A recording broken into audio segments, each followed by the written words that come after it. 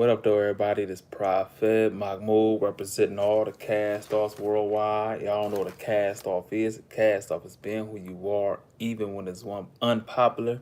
When your thoughts and what you stand for is different in the crowd, you are a cast off. Y'all know I ain't never really came on live this late. I used to do 5 p.m. lives, Monday through Friday, though, but I just thought, you know what I'm saying? I got uh, a half hour a spare time, so I might as well go live, And so, man, shout out to everybody tuning in once again. And this is episode 4 of the Said Watson live show. Man, good evening. But yeah, once again, man, shout out to everybody taking the time to tune in, man. Shout out to all the cast offs worldwide. But I'm gonna get straight to it, right?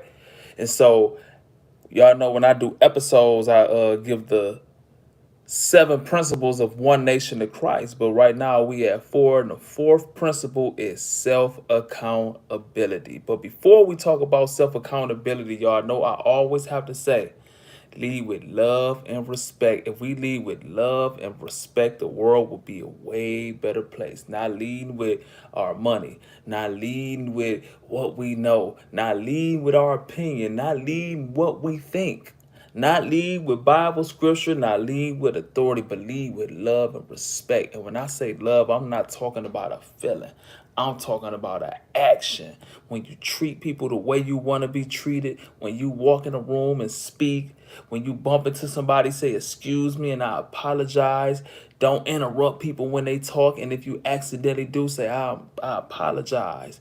Respect the rules and the protocol, the environment you going in. And if you feel like their rules and protocols don't suit you and it's against what you stand on, just remove yourself and don't go. But don't go in somebody environment, somebody house, somebody neighborhood with your nose in the air like, well, I don't care, I do what I want to do. And then that's when they had to lay down law and let you know, nah, you ain't gonna come over here disrespecting.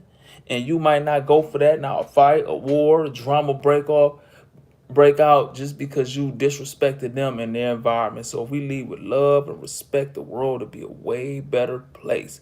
Not treating a man different because he ain't got nothing, can't offer you nothing, so you disrespectful to him, you giving him the cold shoulder, but it's somebody who could change your life financially, and you treating him like he Jesus Christ. No, you treat them the same with love and respect. You treat a homeless man with the same respect you would treat a billionaire. And that's how we lead, with love and respect. But law 4, law 1 of the One Nation of Christ ministry is put God first. Law 2 is doing to others as you want done to you, the golden rule to any faith. Treat people the way you want to be treated. Law 3 is we reap everything we sow. And law 4 is what we're talking about today, is total self-accountability. Not blaming nobody else for the position you in, because the moment you blame anybody else, you make them your God. And the moment you can't self-correct or self-reflect, you can't not change and grow. The moment we use the white man or my baby mama or this or that, and they the reason, is their fault, and give them all the responsibility for your position, you can't change that because they hold all the power. And I love giving this analogy about Michael Jordan.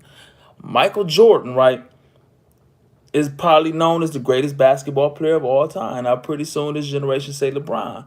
But overall, a lot of people say Michael Jordan is the greatest basketball player of all time, right?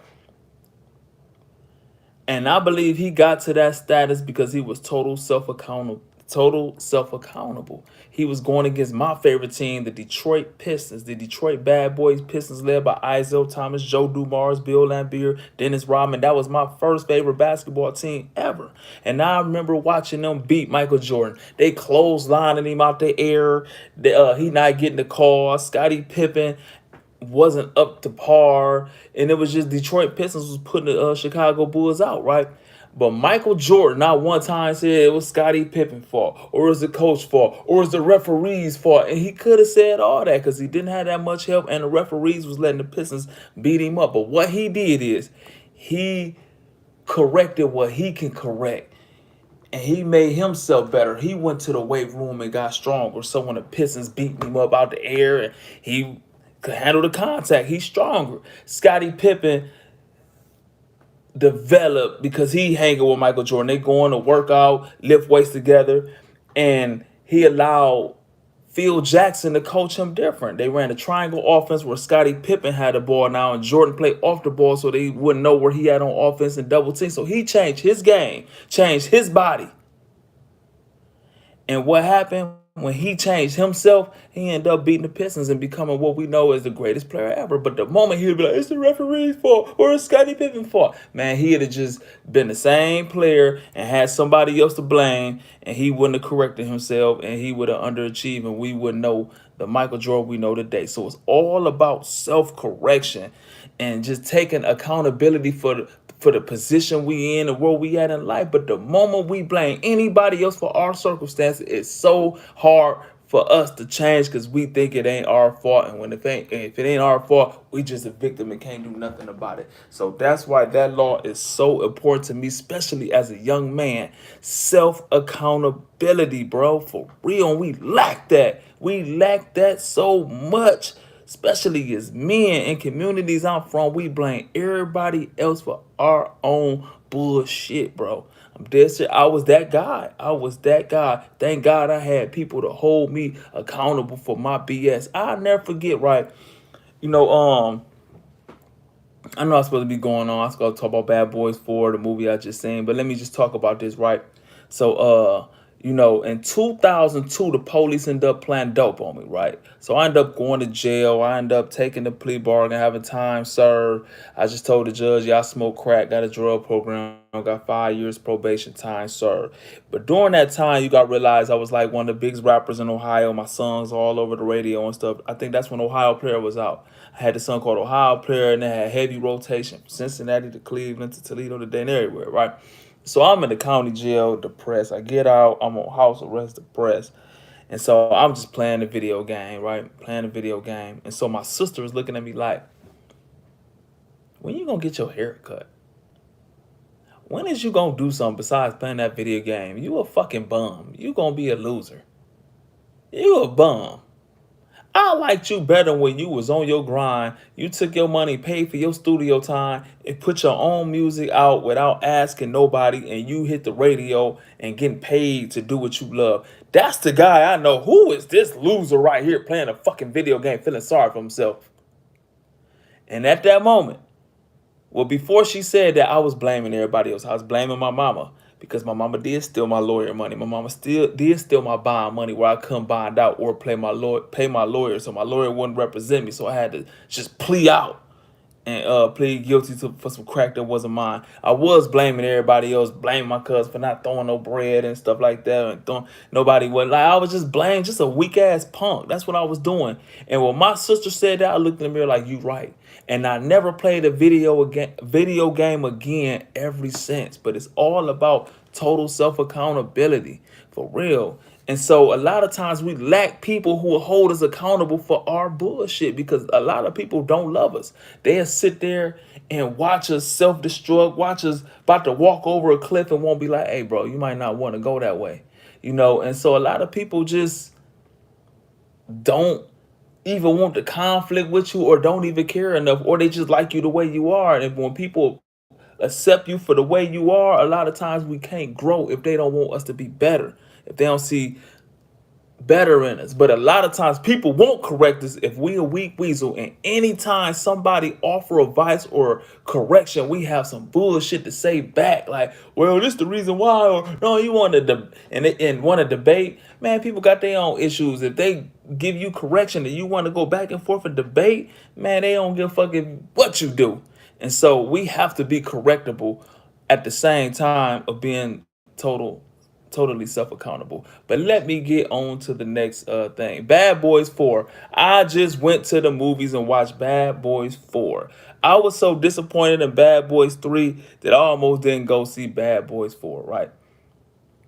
I ain't gonna lie. I ain't like Bad Boys 2 like that. I love Bad Boys 1. I used to watch that every night. I used to love Bad Boys 1 with Mike Lowry. And I think the writing was around Martin. Martin, was a more around him and his family. And then the girl was with him at Mike Lowry's house. And then Bad Boys 2 took a dramatic turn, right?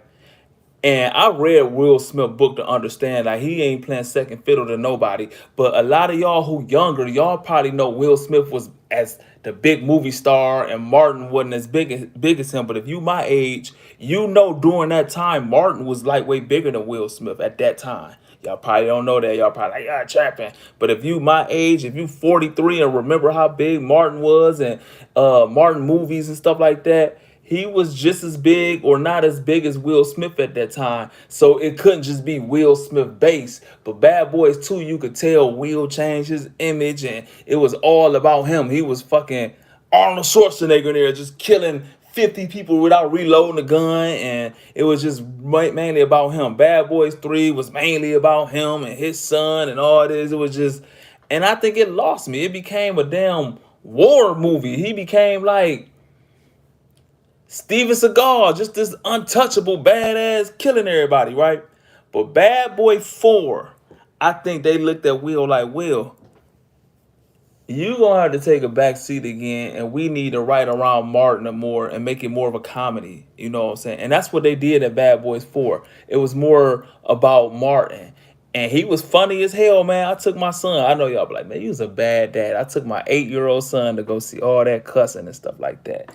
And the reason why I took my 8-year-old son, because I usually wouldn't even let him watch movies that had cussing and killing. I don't even play rap music around him like that. Well, he got his own iPhone, so he listened to his own music. He got a good taste in music. He loved Motown, and he listened to KRS-One and all this conscious rap. I don't know where he get this shit from, because I don't even listen to KRS-One music like that no more. But and he never heard me listen to it, but he loved KRS-One. And so my son got his own taste in music. But the reason I let him go to the movies today is I'm looking out the window, and I heard my son cussing like a sailor. Not my little innocent baby. Not Cedrion, that sweet little kid. Man, he out there cussing with them kids. I'm looking like, what the fuck? And I said, man, my son's so full of shit. When I cuss around my son, oh, Dad, don't say that. That's a bad word. I look out the window, this man saying shit that I don't even say. I'm like, you little mother effer. You know what I'm saying? And so I was like, man, I'm telling one thing I learned, man, we do not know them kids, bro. A lot of times we know our kid, but our kids act different around their friends than how they act around mom and dad. And take us for example, my mama don't know me. Like my mama don't know me at all, for real. Like she know a different me than the house than Prophet on the corner. You know what I'm saying? So our parents really don't know us. I know for a fact my mama don't know me like that. And so my son who pray before he eat. He leave the house in prayer. Pray when he wake up. Pray when he go to sleep. You see a car accident, he pray. My son read and just a sweet kid. Speak to everybody. Always a smile on his face and like just a sweet kid. I look out the window. He like, hey man, shut up or I'll whoop your ass. I'm like, man, whose badass kid is that? It's mine. Well, I'm out here criticizing people, kids, like, man, whose badass kid is that? This is my kid out there cussing. So I'm like, man, and so my son, he watched a lot of Fresh Prince of Bel-Air. They don't understand that this been out 40 years ago. He don't understand. He think Will's still a kid. So he see previews of Bad Boy 4, like, he look like Will, Dad. I said, that is Will. What you watching is 19-year-old Will. That's Will now. He's like, I want to see that, Dad. I'm like, got too much cussing. I look out the window, hear this boy cussing like a sailor, like, well, I thought he was in this. Well, he might as well go watch Bad Boy. For real. So I took him to see Bad Boy, man. My son in the movie cracking up, man. He loved it. Like, Dad, that was the funniest movie ever. But it was good. Bad Boy 3 was so ass to me. I did not like Bad Boy 3. But Bad Boy 4 was good. If y'all haven't seen Bad Boy 4, man, go watch it. It was really good. Let me ask y'all a question real fast since y'all in here, right? It's a lot of people on YouTube. Ain't too many on Facebook, ain't too many on Instagram, but it's a lot of people on YouTube. Y'all know I be on 3 phones going live 3 times. Hey, but what's y'all favorite Bad Boy? 1, 2, 3, or 4? Please, in the chat, please just leave a comment. What's your favorite Bad Boy? 1, 2, 3, or 4?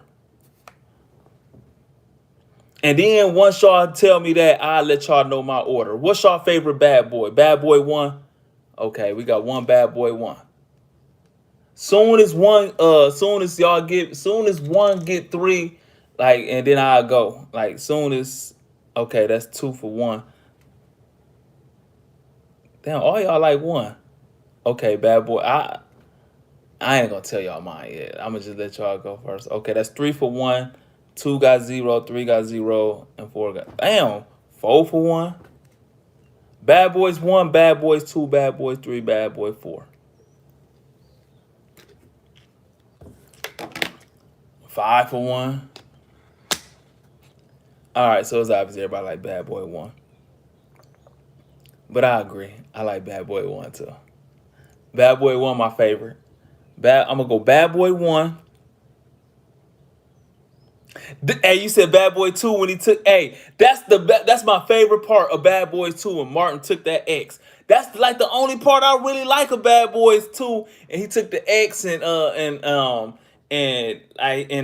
dead person titty was there and stuff like that. That's like my favorite part, man. But it was just like Will was too fucking tough to me, man. He killed all the Haitians. Man, they go to Cuba with a handgun and he killed a whole Cuban army and didn't even reload. And so Bad Boys 2 was just too over the top, man. Like, who the fuck is he? Mike Lowry, the cool dude on part one that turned to Rambo in part two. So I go Bad Boys 1 first. But Bad Boys 4, I'm telling y'all, Bad Boy 4 is good. I go part one and then part four, and then I say part two, and then they could have kept part three. I ain't like that. And then somebody had asked me, what do I think better between Bad Boys and Rush Hour? I said, man, is that even a debate? Bad Boys or Rush Hour? Hey, in the comment, what y'all like better? I'm gonna let y'all know what I like, but what y'all think better? Bad Boys or Rush Hour? What y'all think better, Bad Boy or Rush Hour? Then I'm gonna let y'all know what I think.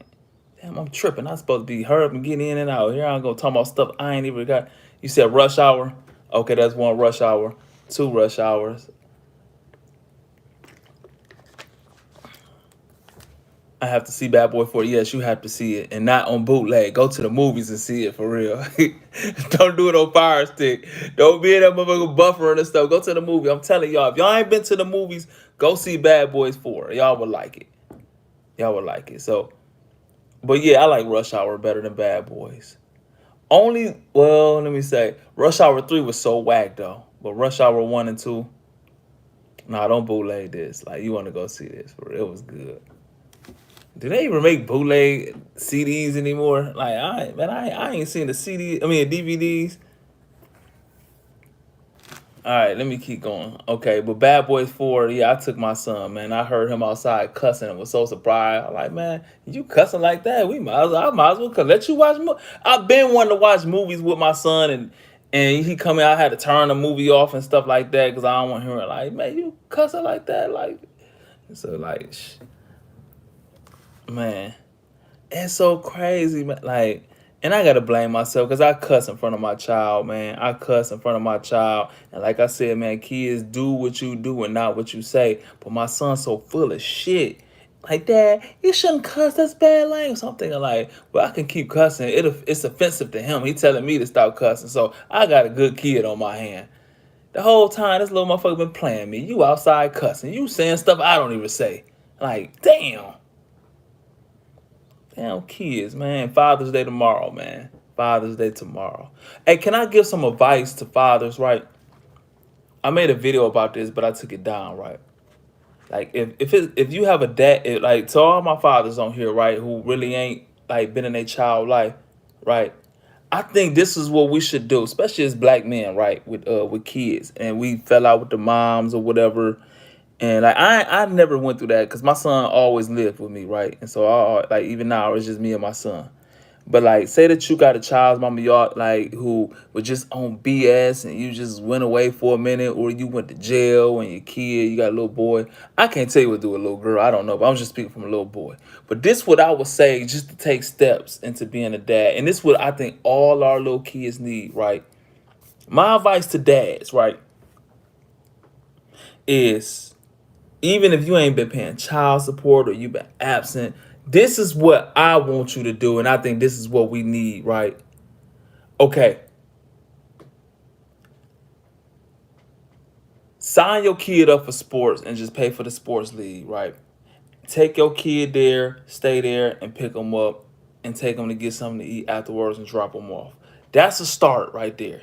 And then on the weekends, take your child and go get his hair cut. That's the start right there. That's what we need for real. I'm dead serious, man. And because I really believe little black boys, fuck little black boys, little boys need their dads. Little boys need their dads. And so if you ain't been there, I think that's a start for real. I think that's a start. But anyway, let me get to the point though. All right, my next thing. Oh, thank you, thank you. All right, what am I talking about?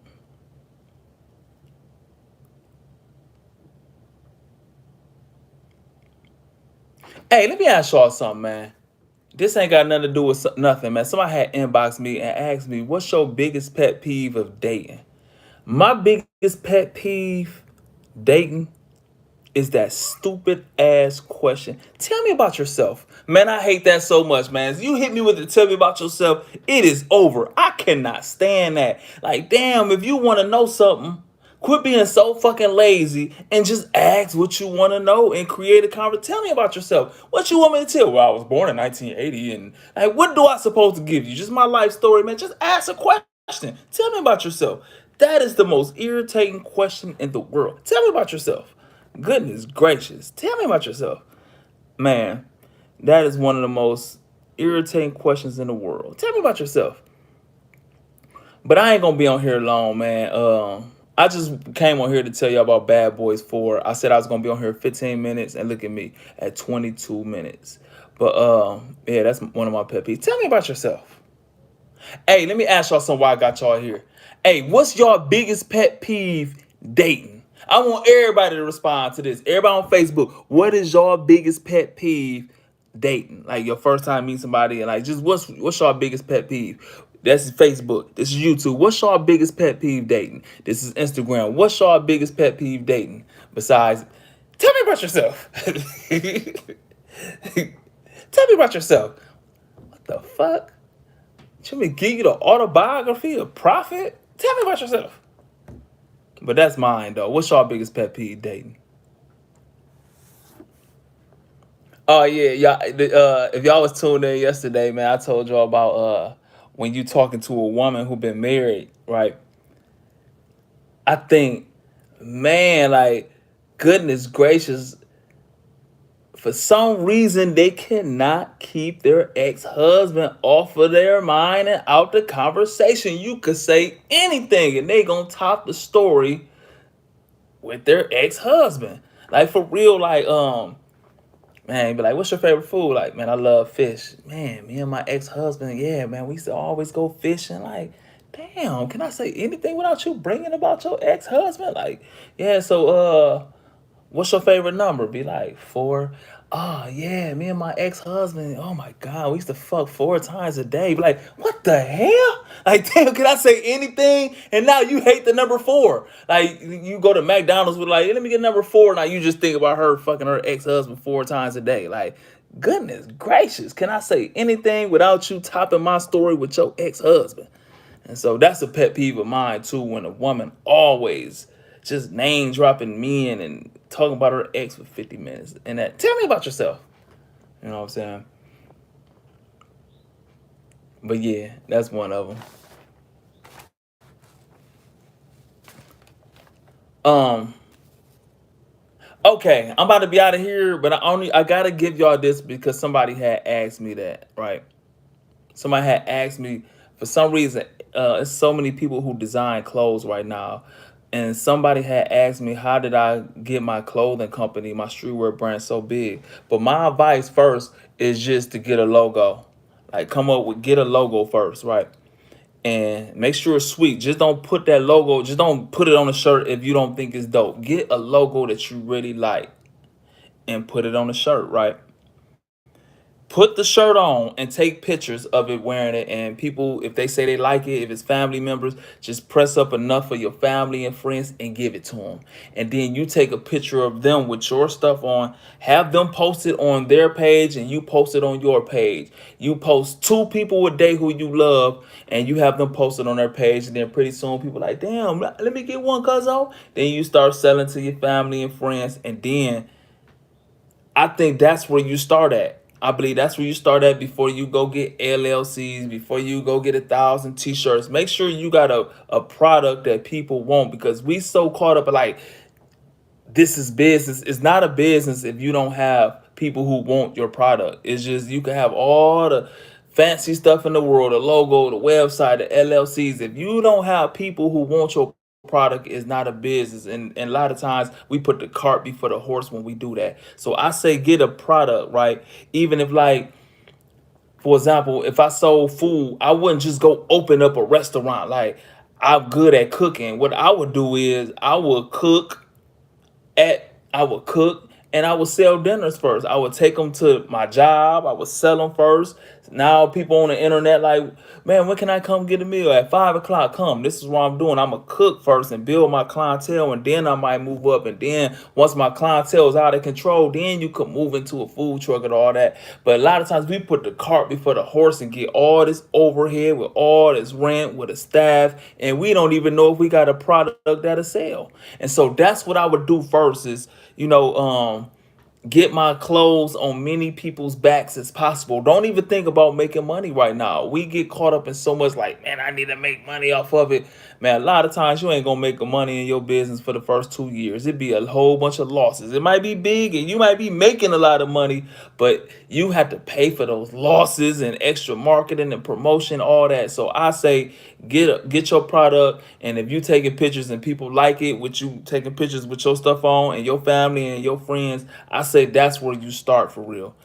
And that's just my personal opinion. Before you go press up 1,000 t-shirts and nobody want that shit, now you stuck with it. And so that's my opinion how I would start my t-shirt brand. That ain't what I did, but that's what I would do if I could do it over. That's what I would do. That's what I would do. But I'm out of here, man. I appreciate everybody who took out the time to tune in. I really came on here to talk about Bad Boys 4. Go see Bad Boys 4. It's really good. Go to the movie theater, not the bootleg. But, man, once again, Law 4 is total self-accountability. We can't change nothing in this world if we not total self-accountable. You know what? One thing. Let me talk about this before I leave, right? Before I leave. I joined a new church, and since I don't rap and hang on the corner no more, it's like I meet a whole bunch of different type of people. And you would think I meet better people. I meet worse people now, right? But I'm from Belmont Avenue, right? Everybody usually over there for be killers and robbers. Keep it all the way 100. Killers, robbers, and drug dealers, right? But I be around people now who like in church and stuff like that. And a lot of times the people from the slums have a better spirit than the people I meet now. And it is so crazy. Like, even when we giving out food, right? So people will come like, hey, I want to help out, but can we wear our shirts with our logo to promote our business? What the fuck is you talking about promoting a business for? And we out here doing God's work, feeding people, bro, giving kids book bags. I don't post it. Like, if y'all see me posted on the internet, it's because it's an event. It's because it's an event and we promoting the event. I do this every day. This is my lifestyle. I don't just post it on the internet every day. But a lot of people, I want to come, but can we wear our shirts? And can you wear our shirts with our logo? We're trying to get our company out. Like, what the fuck is you worried about your company for? You think I'm doing this? You only coming to promote your company? Like, fuck your company. We out here serving. We out here doing God's work, man. And the reason why I do it, because scripture teaches us Jesus washed his disciples' feet to let them know we are here to serve. We're here to serve. We are here to take our gifts, what we good at, or what bring pain to our heart, and help people, bro. You out here trying to get your logo and shit like that, man. Get your bitch ass up out of here, man. Like, goodness gracious, man. I always tell this story. It was once a guy who sold weed in my neighborhood, right? He was known as a killer for real, to keep it all the way 100. And it was this little boy out pumping gas at Clark's gas station on Monroe in Detroit. I don't even know if that still exists now. I've been gone from Toledo for 6 years now, but it was a gas station called Clark's. We used to go to the club back in the days in the early 2000s. Then when the club let out, we'd hang at Clark's all day to a shootout breakout. Shootout, full-fledged shootout at the gas station. That's our sign to go home, right? But it was a kid pumping gas, you know what I'm saying, with his shirt tore and a lip busted at the gas station. Um, Good people, church people seen him. Oh, I'll pray for you, Lord. Man, that's the worst thing we could do, man. Somebody in need and we actually can help them. I'll pray for you. Man, come on, bro. Come on, man. Like, feed the motherfucker. Feed them. And then pray. And so that's what the holy religious people do. Like, hit you with scriptures instead of leading with love and respect. And so this guy out here pumping gas, about 16, 17 years old, like beat up. And you could just tell, like, damn, like, this ain't the life for this kid. So anyway, this gangster ended up taking him in, man, gave him $200, let him stay with him. He ain't had nowhere to go. The little boy's story was his mama had a new boyfriend, and the new boyfriend was beating his mama up, and he pulled his mama off, and his mama got mad at him, and they both kicked him out. The boyfriend didn't want him near no more. And so now he out homeless with nowhere to go, pumping gas just to eat. And the religious people who should have been helping him and washing his feet to serve him, they all hit him, I'll pray for you. Or lock the door like, man, get that nigga away from here. He might steal something. That's what the religious people did to him. But a gangster took him in, bro, took him in his household, got him back on his feet, got with his ex-girlfriend. He used to go with this girl who wanted a kid, couldn't have kids. Like, you might want to take this kid because I'm in the streets. I really don't have time, but here goes some money, take him in. She got him enrolled in school. Now the boy ended up going to college and stuff like that, man. It wasn't the religious people that helped him. It was a gangster that helped him, bro. For real. And that remind me of the part of the Bible. It was a part of the Bible where it was a guy on the side of the road. He got robbed and beaten and on the side of the road who needed help. The first guy was a real religious guy. They called them Pharisees back in the day. Looked at him, kept going. Then there was one other religious people went by, didn't even help him. And there was a Samaritan who came, and Samaritan wasn't considered religious people, and the Jews looked down on him back then, according to the scripture. He helped him and got him back on his feet. And the guy came back and repaid him everything that he blessed him with, right? And that was the Samaritan. And so when y'all hear those phrases now, like the Good Samaritan, that came out the Bible. And so that Samaritan helped him. That's why Jesus gave the story about the Good Samaritan. That's the story of the Good Samaritan. The guy who all the religious people looked down on was the guy who did God's will and helped this guy on the side of the road. And too many times, that's what we see today. These religious motherfuckers, I shall not do this. You celebrate that pagan white man holiday. I don't eat this. I pray 50 times a day. I wear this. I read this. But who the fuck do you help? Only thing you do is use the Bible to tear other people down, or use the Quran to tear other people down, or use that to nitpick and point out other people's flaws, knowing that we probably do the exact same thing. We just ain't got exposed about it, bro. We all got sin, man. That's why I love that part of the Bible when they was about to stone that lady who got caught in adultery, and they asked Jesus, what should we do? Trying to trip him up so he could join the religious motherfuckers and stone the lady. Man, Jesus told them, man, those without sin cast the first stone. One by one, they all put their stones down, knowing they do the exact same thing. Knowing we do the exact same thing, but want to nitpick and judge and critique other people, man. I don't care how many Bible scriptures you know. Man, how do you serve and help God's people, bro? I don't care about none of that shit. For real. But sit back on here. You're not a prophet. Your name prophet. Bitch ass nigga, I ain't never said I was no prophet, man. They called me prophet when I was a kid, bro. When I was hanging on the corner with a black bandana in my pocket, with a pound of weed sacked out of my nuts, with a gun on my hip, selling CDs and weed. They called me prophet way back then, bro. I'm dead serious. And so I ain't never act like I was some religious holding it down. I'm a prophet. No, I ain't never said that. That was my name coming up, bro. And so I get those, like, man, go on with that. And then you meet people like in the church, like, well, can we have religious debate? Let's just sit up and just talk about the Bible all night. And I was like, you know what? Can you help us, like, man, can you help us coach these kids? We in this basketball league, and it's a lot of kids who need coaching. We got the tutoring program set up right here so we could tutor these kids while we coaching them. And then we got the back to school. We getting barbers in here cutting their hair so they could go back to school. Got the braiders so they could braid these little girls' hair, give away book bags so they can go. We feed people all in the summertime. Because in my neighborhood, a lot of kids don't eat without school. And do you know the people who always turn it down like, well, I don't know, let me pray about it. It be them bitch ass religious people, bro. Bible thumping and shit like that. The holding it down, they ain't gonna help do a motherfucking thing for real.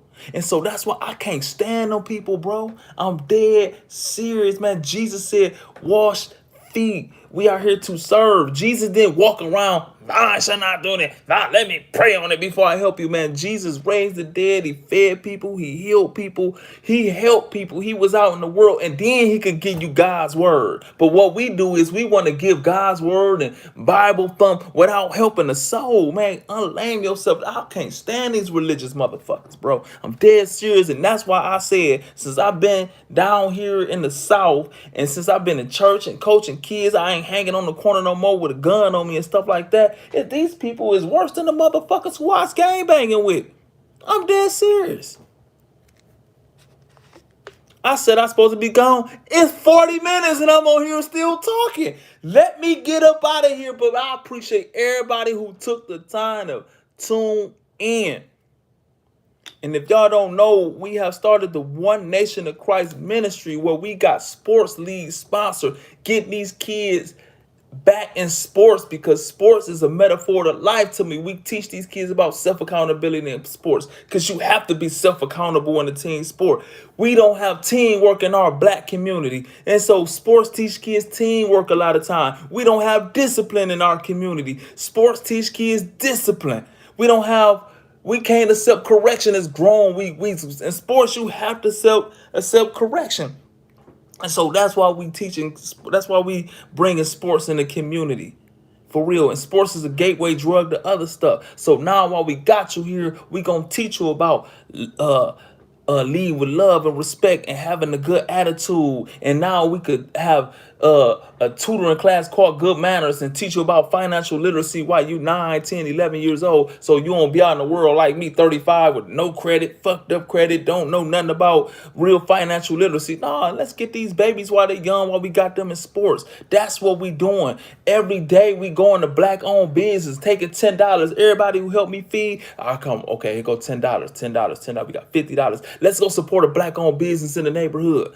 Man, you know what niggas want to do on the internet? They talk all that black shit. Man, when the last time you went to a black-owned business and bought something? Man, I don't care about your black. I'm black and they're black and I'm black. Man, you niggas just talk black, live white and think green. You niggas talk all that black shit, but wearing gay European clothing. The designer made by a gay European fucking man, but all this black. Man, go on with that shit, bro. Go support a black-owned business. Go coach a black baby, bro. Fuck out of here with all that fake-ass black shit. Grand Rising King, a black man is gone. Man, get your punk ass out of here, dude. I don't say good morning. I say Grand Rising. Man, gone. Am I going a little too far? Do it seem like I'm mad? Because I'm not mad. I'm not mad. A lot of people are like, you sound mad. I'm not mad, for real. Hey, did I go left field, y'all? Let me know. Did I go left field, y'all? Did I go a little too far? Or did I offend y'all? Let me know, because I don't want y'all striking my page, man. That's what y'all... Man.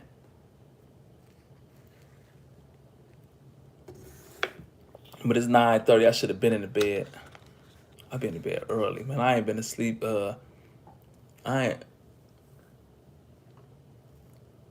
Man, I appreciate everybody who took out the time to tune in. Look, for all and for some reason people say when my live go off on YouTube, they can't see it on my page no more. You got to go to the live spot. But if y'all don't see it on live, I'm gonna repost it. I'm gonna get this video, then I'm gonna repost it to my regular page. So everybody, if y'all want to see this video again, if y'all on Instagram, go to my YouTube. If y'all on my Instagram right now, pretty soon I'm not going live on Instagram no more. I'm just letting y'all know all my lives will be on YouTube. I go live every day, Monday through Friday. on YouTube. I call that the Said Watson Show, and I go live every day at 5 p.m. So all y'all, can y'all please go like and subscribe on my YouTube and watch me on YouTube live, because I ain't gonna be going live on Instagram that much longer. So if y'all need my link, or if y'all need my Instagram page, just inbox. I mean, I said my Instagram. If y'all need me on YouTube, just inbox me on Instagram. And same thing for Facebook. If y'all need my YouTube page, just inbox me. I'll send y'all the link. But I appreciate everybody who took out the time to tune in. Shout out to all the cast offs worldwide. Y'all know what a cast off is. A cast off is being who you are, even when it's unpopular. When your thoughts and what you stand for is different than the crowd, you are cast off. And I am out, out, out.